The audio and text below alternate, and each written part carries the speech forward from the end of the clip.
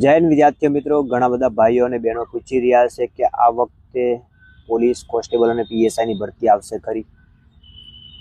જો આપણે હાલમાં જો તૈયારી કરતા હોય, જેનું ટાર્ગેટ હોય પીએસઆઈ અને કોન્સ્ટેબલનું, તો આપણે 8મા અને 9મા મહિના સુધી આપણે રાહ જોવી જોઈએ.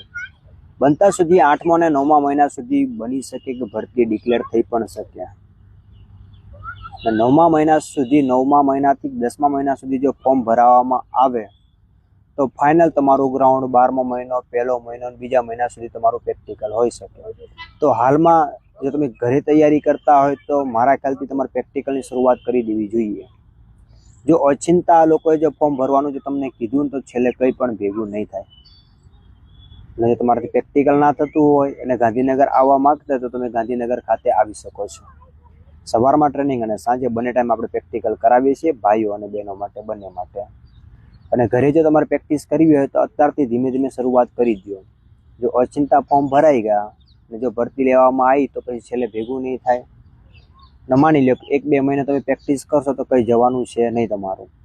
પ્રેક્ટિસ થોડી થોડી ચાલુ રાખો, ના આવે તો પછી મૂકી દેજો, પછી ભરતી આવે ત્યારે ચાલુ કરી દેજો. પણ જો હાલમાં એવું લાગે છે કે બનતા સુધી ભરતી આવી જશે ફાઇનલ, એટલે પ્રેક્ટિસ ચાલુ કરી દેજો.